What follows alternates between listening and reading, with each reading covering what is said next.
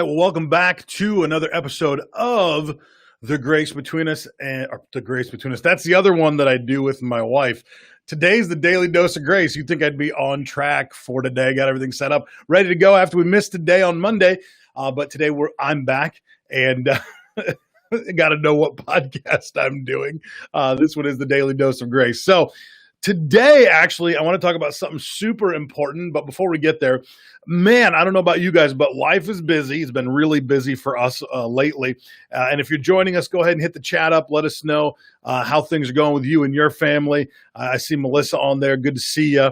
But let us know how things are going with you and yours. And today, I'm actually going to talk about a leadership principle, leadership concepts that I think are very important for the culture and the world that we see ourselves in, because we're coming up on elections and we see things happening in corporate media and in the corporate world. We see things happening in the church world, and we really want to understand what that looks like as far as leadership perspective. So we'll get there in a second. But one of the things that is just crazy for us, and I don't know about you and your family, but we decided to take on more projects. Why not? We've got, COVID's going on. We've got everything we have to do with that. We've got our kids who are being educated now away from their schools. They're doing the e-learning thing. We've got the church that we're all invested into. So we thought maybe in the mix of all this and just the abnormalities of life right now, why not throw in trying to sell our house and buy another home? Why not? Why not? We don't have anything else to do.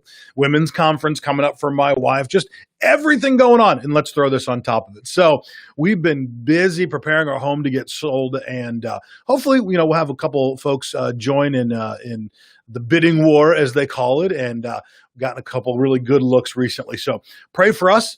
We want to sell that home quickly. We want to sell it for the price that we would like to get for it and go from there. So if you have anyone looking for a home in the Quad Cities, hit us up, man. We'd love to sell you our home.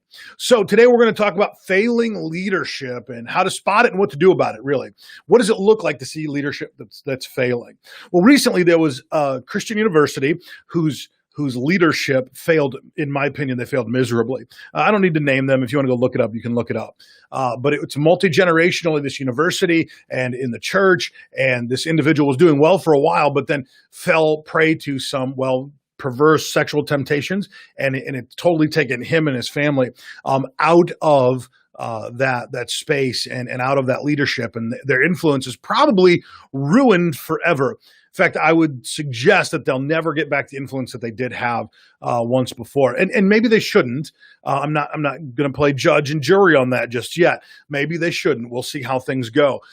But inevitably, when leadership goes bad, it not only sours the organization, but it also sours people around the organization, right? Those who are connected to the organization, those who put trust and faith in an organization. So when leadership sours, it bleeds down through the organization, and the tentacles just grip around people who are even sometimes on the fringe of the organization, depending on how bad it is.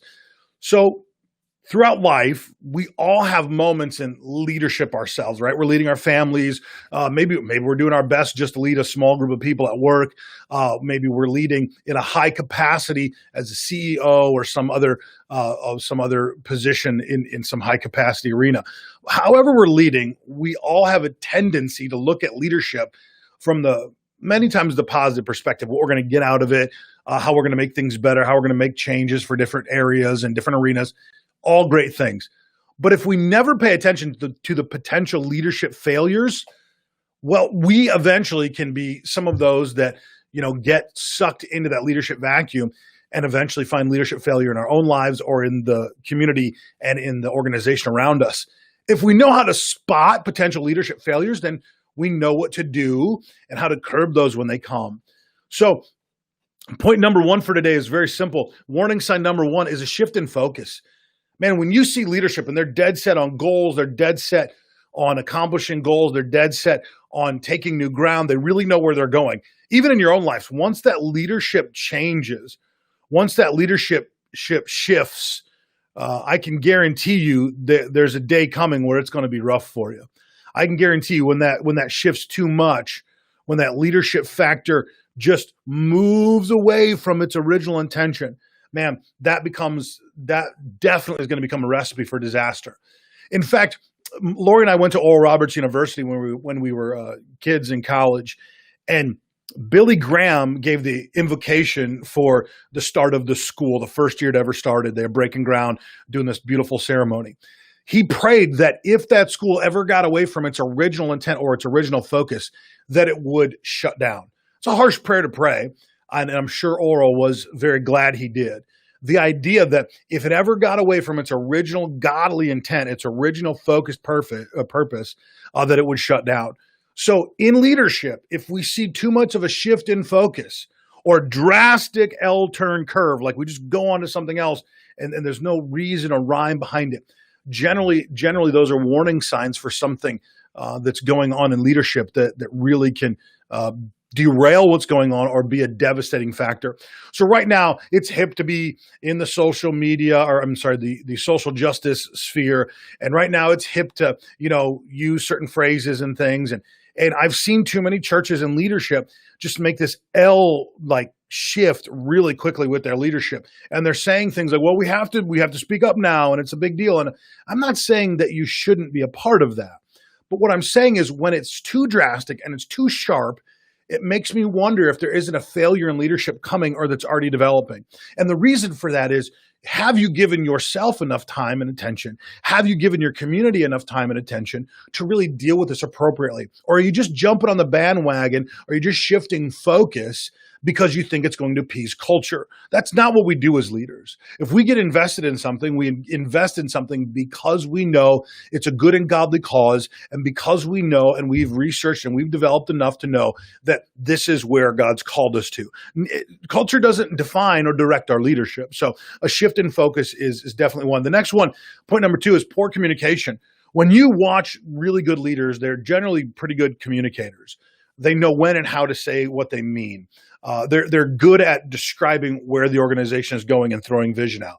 When a leader becomes muddy in their ability to give vision, when a leader isn't communicating well and things are just happening rapid fire around you, and you're really not getting context for what's going on, I guarantee you there's a big potential for some major leadership failure. And they're probably coming probably faster than that leader understands, and probably faster than anyone really gets. So I would really pay attention to communication if you feel upset in leadership. The third one, something that people probably don't think about very much, but it's risk aversion. When leadership starts to break down, they become very risk averse. Good leaders understand how to take calculated risks. They understand that if they've weighed the situation enough, they can take really good risks and it'll pay off, hopefully, in the end. Now, anytime you take a risk, it's a risk, right? You could fail. But the goal is you take a calculated risk, and in taking that risk, you understand that you're going to have a payoff on the backside of it. So when you become incredibly risk averse, the problem there is, very simple problem, you are now guarding yourself above what's best for the organization. You're guarding self-interest above what's best for the community. You're guarding yourself above what's best for what is to come for the organization. You never want to get in that space. You never want to be so risk averse that you really can't do what God's called you to. You don't want to become so risk averse that you can't really be invested fully and totally in really where you're calling and really where God's pulled you. So I would say a good factor is that we have to pull back and find out, okay, are we going after what God's called us to? Are we all in on all levels? And if we are, I think we can be positive and understand that risk aversion just kind of goes away, because we know, again, what God's called us and what God's called us to. So I want to encourage you, man, if you're falling into that temptation of being risk averse, really, really understand exactly how God's supposed to guide you and grow you in that. So the next thing there, there's an ethical slip up, man. Something happens ethically, morally, that you really didn't see coming in your leadership, or maybe in you personally. You take a direction, you take a drift, and you didn't intend to go that way. And it's usually because there's something else broken down in the fabric of leadership. And as that starts to break down and deteriorate, it opens the doors for slip-ups ethically. And again, sometimes it's not massive moral failings. Sometimes it's just an ethical thing where you blur the line a little bit where you wouldn't have before. And when you see leadership starting to blur these lines, these ethical lines, then you've got to ask yourself, okay, what's coming? And if these are mounting issues from, 1 through 4 mounting, and you can see that there's more and more potential than for leadership failing. So we've got to understand, right? There's a right and a wrong. There's an ethic. In fact, I see that in our country right now where there's a vacuum of leadership is mostly because there's an ethical failure. The ethics are bleeding the lines, and we really don't have this very strong right and wrong. We have politicians flip-flopping back and forth. We have politicians throwing blame on one another, which is the norm in politics. But there used to be a time, I think there was a time in this country when we had such a standard ethical value that everybody could kind of buy into it and say, yeah, this is the ethic for our country. This is where we need to be. This is who we are. And that has become so very muddied over time. And so I think that's a good example of how we can see things kind of developing and moving and growing when there's poor leadership and that ethical line just starts to get blurred. The next one there, poor self-management. Man, poor self-management is a real deal, that if you aren't really and honestly managing your life in the way that you need to in order to be a good leader, it's going to show up. It's going to show up in your marriage and your personal relationships. It's going to show up in your health. Your health isn't going to be what it could be. It's going to show up in your kids and your family life. It's going to show up in so many areas where you're not managing self. Poor self-management, again, in my opinion, is one of the quickest ways to realize exactly how broken sometimes leadership is. I've seen many leaders struggle at different times in their life with managing themselves properly. They overlook things. They don't spend the time and the resources to take care of themselves or their family.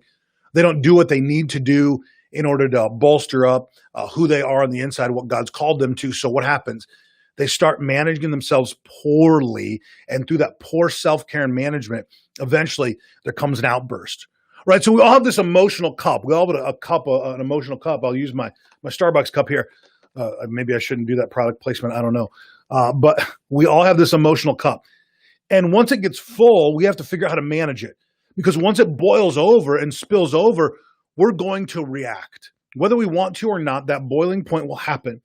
Once that spills over, how you react is independent of many other people, right? You react the way you react. You might be someone that when it boils over, you get mad, you scream and you yell. You might be someone that when your emotional cup gets full and it boils over, that you go on a spending spree and do a little retail therapy. You might be someone who, when your emotional cup boils over and it spills over, that maybe you get quiet and you get distant and all you want to do is sleep because depression's kicked in. I don't know exactly how you react when your emotional cup is full and it boils over, but what I do know is that it doesn't have to boil over. That as tensions rise and that cup gets fuller and fuller and fuller, self-care, proper self-management helps us mitigate the tensions in our life. But if you don't have a way to manage your emotional cup, you will spill out. It will boil over. You will have problems. And in that reaction is really what people point to and go, oh, that's bad leadership. Is it really bad leadership or just poor self-care? And for most leaders, especially church leaders, it's just a matter of poor self-care. You weren't investing in yourself enough to manage this emotional cup. Hopefully you can hear my ice chips ringing in there a little bit. You got to learn how to manage this emotional cup if you're going to be a good leader and not have blowups. If you're going to be a good leader and not potentially have problems in your life. If you're going to be a great leader and really motivate people toward the God-given purpose and destiny, you have to learn how to manage this cup, your emotional cup. If you don't, again, you're going to have some major issues. So poor self-management is a massive problem. Part of my self-management is Starbucks, right? It's simple. Get a little caffeine, a little kick. All right, start my day, calm myself down.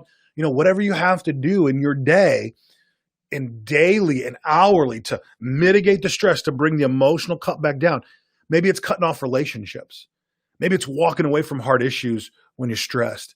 Maybe it's learning how to manage your time better. Maybe it's an outlet of physical activity and exercise. Maybe it's just learning to eat better because the garbage you put in your body is doing nothing but adding to the stress in your life, right? So how do we manage our emotional core? How do we manage our emotional cup? How do we do proper self-management? That will mitigate so many problems. And the last point here that I want to bring up is lost love. Point number 6, man, if you really are seeing a failing in leadership, eventually it comes to a place where they don't love what they do anymore. This is hard for pastors. This is hard for leaders. This is hard for CEOs. This is hard for people with a lot of weight on their shoulder. If you can't come to do what you're called to do every day and love every minute of it, even the hard times, even the difficult moments, even when there's tension, if you don't love every second of it, you've got a problem. You need to walk away. You need to just shut it down, walk away for a while. You say, well, I don't know how to do that. I don't know what I'm going to do, and I don't know what I'm going to get paid from. And if it becomes just another job for you, if it's just a paycheck, then you're, as the Bible says, you're a hireling. You shouldn't be doing it anyway. Walk away for a while. Maybe you can manage that back in your life sometime, but right now it's not good for you because of ultimately you're going to hurt other people. When the love is lost, the wake behind you of broken people and broken bodies is massive. And I don't mean take a sabbatical and just take a little bit of time off so you can defer what the inevitable is. I mean, walk away so that you are not potentially hurting other people. Now, I absolutely believe this is the pinnacle place where things break down. When you've walked through it, you've had a shift in focus. You're just not who you used to be. Poor communication. You're not communicating well with your team, with your spouse, with others. You're averse to risk. You don't want to rock the boat because you're afraid of what it means. You make an ethical slip and you start to blur the lines, and you're not really as staunch as what you used to be. You're not really holding to the line as you used to, and these ethical lines start to blow around you. When you have poor self-management, you're not taking care of yourself the way you ought to be. If that next level hits, that loss of love, where you don't love what you're doing, you don't love the people you're serving, you don't love to connect and grow with what God's called you to and where he's put you. If that ever happens, along with some of these other contributing factors, if that ever happens, you have to be ready to walk away. You have to be ready to put it up and say, okay, this is, I'm done. I got to press pause. Now, maybe it'll feel like a sabbatical. Maybe it's not forever, but you have to be determined that this is as open-ended as it can be, that you're not coming back until you've fixed the issue, which causes you to grow back and fall back in love with what you once had.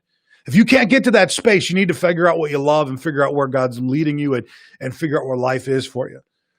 In our lives, in my life, in Lori's life, we were youth pastors for many, many years. We loved the church we were at in Pittsburgh, loved it dearly. Man, we were in a city with 3 professional sports teams. There was sports going on all year round. We loved the community. It was great. The community was a full community of love and compassion. It was just a great church to be a part of. We loved the youth most of the time. We really loved the kids we served. And one day we did an all-nighter. And all-nighters I used to be jazzed about, excited about, fun to spend time with kids. We had an all-nighter at the Y. We locked the kids in the Y. They would swim. They'd have all kinds of fun. They'd play dodgeball games. We'd have all kinds of fun with these kids. It was awesome. It was great. This one particular all-nighter, I was so mad at 2 kids. They were goofing around. They were being idiots. But I was way more upset than I normally am. In fact, my secretary even kind of looked at me and was like, what's wrong? Like, you're not your normal self. And she was right. I had started to lose the love and passion that I had for what I was doing. I went to the senior pastor and I said, listen, I don't get it. I feel different. He said, yeah, the grace of God is moving. It's okay that you don't love what you used to love as much as you used to be in love with it. It's okay. That just means God is moving, and God was moving in my life, and I had to recognize it and see what was going on. And it hit my emotions before it hit my head. And I had to recognize, I'm not as in love with this as I used to be. I'm a little bit more on edge than I once was. God was moving us and transitioning us to plant a church. I had no idea exactly where it was going at that point, but I knew I wasn't the same person I was 6 months ago. And recognizing that helped me mitigate or put off an absolute failure in ministry and in leadership. Now, I could have continued on that path, and I guarantee you there would have been a blow up sometime in my life that would have been devastating for me, for the ministry, for my life, for my wife, for our family. It would have been hard. But we put it off and we allowed ourselves to recognize what was going on. And by recognizing that I was losing that love, that sense of love that I had for it before, and moving into a new season in life, we were able to mitigate that and move into what God's called us to. If I ever come to the place, even in this church and in my leadership, where I don't love what I do every day, I'll stop. I have no problem with it. I've done it before. God's taken care of us. I'll stop. Cold turkey, I'll stop. Why? Because I know the devastating effects that can come when leadership breaks down. And I don't want to hurt anybody because I failed to just recognize the signs. So, I hope this helped you today. I hope this is something you can take with you. I know it's not something that we all think about all the time, but I think it's something that we can digest some of these 6 principles and figure out, okay, where am I at on the spectrum, and try to manage our leadership accordingly. But I want to encourage you, man, as you're going through life today, look at your leadership, look at the leadership around you, and start to recognize, not to pick at people, but start to recognize where leadership is at, because you want to make sure that things are going well in your life. You want to make sure that things are going on the track that God's called you to, because as you steady that track and as you study that leadership, man, it's going to make a big change in your life. So again, I want to encourage you guys. Thank you so much for joining us today. And if you're watching after the live version of this, thank you for tuning in. And we'll see you tomorrow, hopefully with something else that's even more interesting than what we dove in today. I know sometimes leadership principles aren't something we all want to dig into, but they really do help us move and maintain our life for the future. So thank you for joining us. Again, we'll see you next time here at the Daily Dose of Grace.